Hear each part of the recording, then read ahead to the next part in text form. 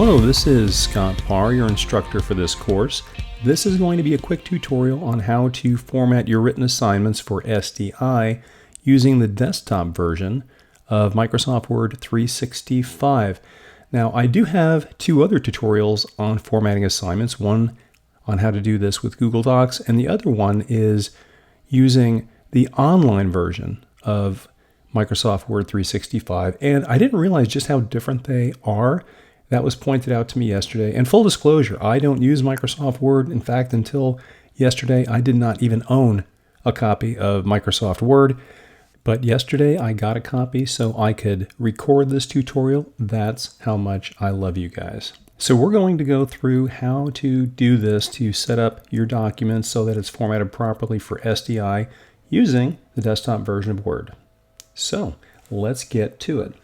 I have a blank document already opened, and I'm just going to paste a bunch of text for a test document that I made up. It's not formatted properly, and that's the point. I get a lot of papers that look like this, but we're going to tune this up. So the first thing I want to do is make this entire document double spaced. So if I hit Control A or Apple A, if you have a Mac like I do here, if you look up here on the home toolbar, there is this icon here, and this is not really user-friendly. You have to really know where to look here. And line and paragraph spacing, if you click and open that, you see you can pick line spacing here. And I could just click 2 here, but I'm going to go into line spacing options because we're going to come back here later. And you see all of these different formatting options buried under that little very easy to miss icon sitting in the toolbar. So we want to make this double space. So easy enough. I'll just change this to double and say okay, and now the entire paper is double spaced, and that's great. Now I want an indent, a first line indent for all of these paragraphs in the body. So I'm going to select the entire body all the way down to the end where the body is, which will, I guess, be here. I'm going to go to the same place. I'm going to click on paragraph options. Line spacing options is what it's called here. And you see here, there's indents and spacing, and we want a special indent, which means every first line, and it defaults to 1/2 inch, and that's fine.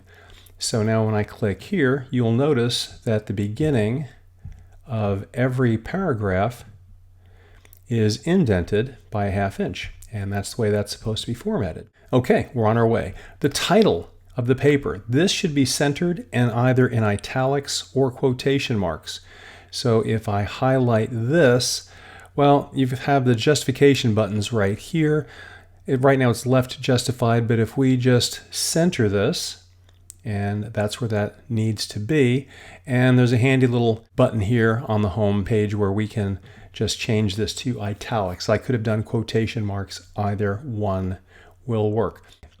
Okay, this is really tricky, is putting in the header.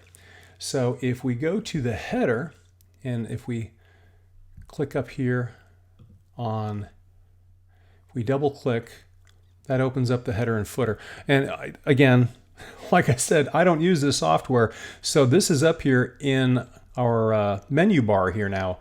It wasn't before, but if you double click near the top of the document, it will open this. So to format this should have your last name, and I'll put a last name here, /, and then the course, and then a /, and I'm going to go back to home, and I'm going to right justify this. And if I click on right justify, it throws it all the way over there. Now I want to insert the page number. So if I go over to insert, there's a place here to insert page number and page number. So here's where I choose where it goes. Now I can put this right, left, center, inside or outside to have it alternate different sides of the page, but right is where we want it. And if I click OK, boom, it puts the page number there, and we can see that page 2 has page 2. Now, I discovered that if you go to the header and footer and try to format it this way, it doesn't work. If you follow the steps that I just did by opening the header and typing out the text that you want and justifying it to the right and then insert the page number, it will work. Otherwise it won't. So just remember these steps.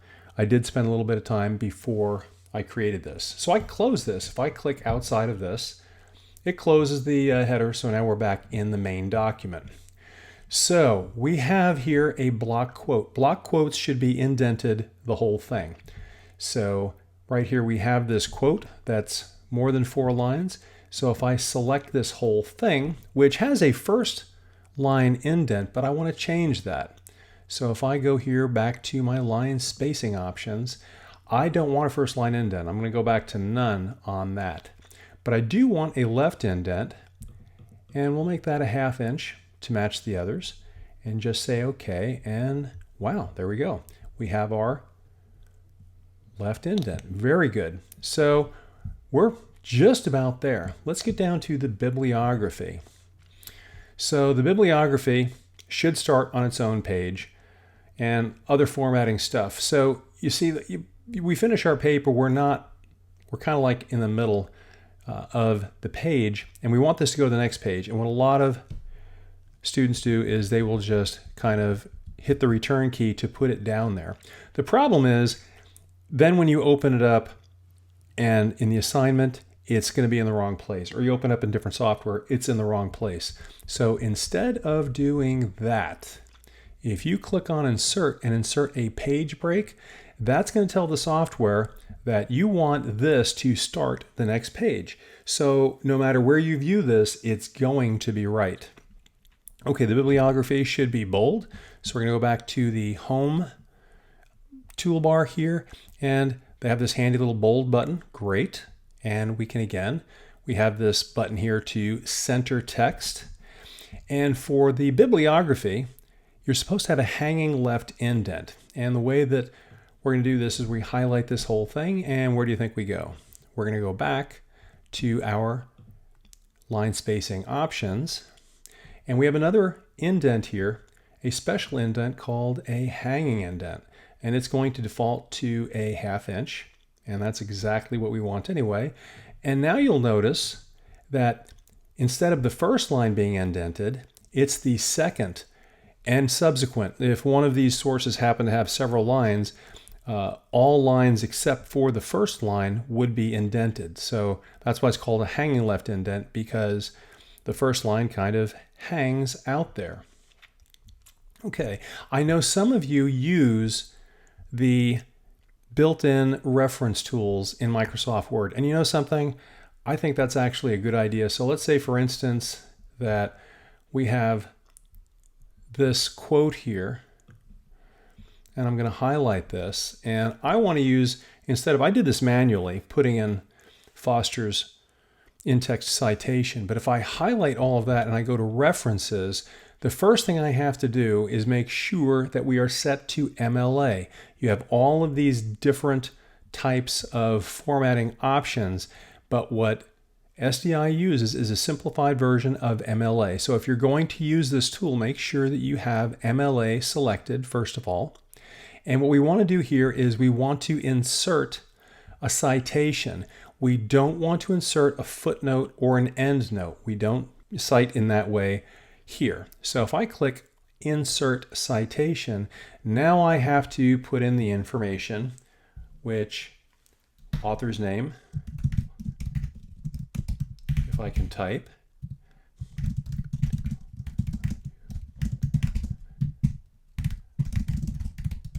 I'm doing this from memory, it could be wrong.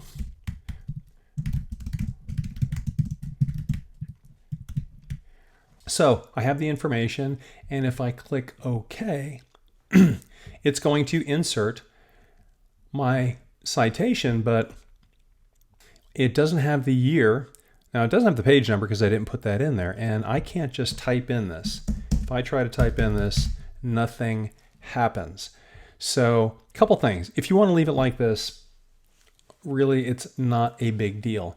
But you can do a couple things. If you click on these 3 dots over here, or maybe it's over here, thank you. If you click on this down arrow, you can edit the citation, which basically just takes you here where you can add pages. And all right, so I can put here page 111. And I don't want to suppress anything. I just want to add a page number. And if I say OK, well, great. It put a page number, but it's still missing the year. Again, not a huge deal. Something else that you can do here is you can convert this to static text. And once it's converted to static text, then I can add the year, and page number's already there. And now that kind of matches the in-text citation that I did manually. So that's how you can use that. So when you go down to insert your bibliography, you go to the very end of your paper and you click on bibliography, and you have two choices here. You have bibliography titled as a bibliography or as works cited. We want to use the one that's going to format it as a bibliography. So if we click on this, this is very close. We already have the hanging left indent. Bibliography is bold, and this is close, but it's not double spaced, and bibliography should be centered, and we can fix this. So I'll highlight the word bibliography, and I'll go back to home, and the text should be the same color. I can change that. If I go to text color, this icon here, and if I can change it to being black, which of course it looks white here, but it's at night and that's what Microsoft Word does. But trust me, if you print this out, that is black. Good morning. It is the next day. The sun is shining, and now this looks a little more like it's going to on the page because it's daytime. Microsoft Word has the page as white and the text as black. So what we do next is we highlight the bibliography, and we can press on that center text icon, and that will put the bibliography in the center where it's supposed to be. Now we want the whole thing double spaced, so if we highlight the entire bibliography with the sources and the title, we can go back up to our line spacing options, press the little icon, and we could open up the options, or we could just simply click on to double space the entire bibliography. That's exactly how that's supposed to look. Next, the bibliography is supposed to start a new page. And what a lot of students will do is they'll just hit the return key until it goes to the next page. And well, especially with this, it makes a mess. So we're going to do this differently. Okay, there we go. So instead of trying to do that with the return key, if we select right in front of the word bibliography and we go to the insert page, you see there is a page break button right here in the upper left to insert a page break. So if we press that button, it's going to put the bibliography at the top of the next page. And the great thing about that is even if you change something else to the document, you add a bunch more text, it's going to keep that bibliography starting the very next page after the end of the body of your essay as it's supposed to. So that way, when the formatting changes a little bit when you upload assignments, you may have noticed that, but the bibliography is going to be right if you use the page break command. Okay, one more thing I want to cover, and that's inserting hyperlinks, which comes in handy. So if I come up here to the part of the assignment where we have these URLs for some items for an assignment, and these URLs are very long and obnoxious, and certainly you can use those and you can paste those into your document. That's fine, but you can use a hyperlink. So for instance, if I were to highlight, well, first of all, you see where this goes. If I click on that hyperlink, it takes me to the item. But if I highlight this hyperlink, or if I highlight this URL and I copy it, Control C or Apple C if you have a Mac like I do. Now if we highlight the text that represents where we want our reader to go, there's two ways to get to this. So you can just right click here and go down to hyperlink, or you can go to the insert page and there is an insert link button up here, and it's going to take you to the same place. So here we want it to go to this address. We've already copied it. So we just paste it into the address bar and click OK. And now we see that this is that hyperlink blue color with the underline. And if you click on that button, it is going to take you right to that page. Pretty handy, makes for a much cleaner experience than having these long, obnoxious URLs if you want to use that. But that's it. That is how to format your assignments in Microsoft Word, the desktop version. Now, if you use the online version, you may want to check out my other tutorial. It is completely different. But hey, thanks for watching. I hope you find this helpful. And if you have any questions, please don't hesitate to reach out and let me know. I will see you in the classroom.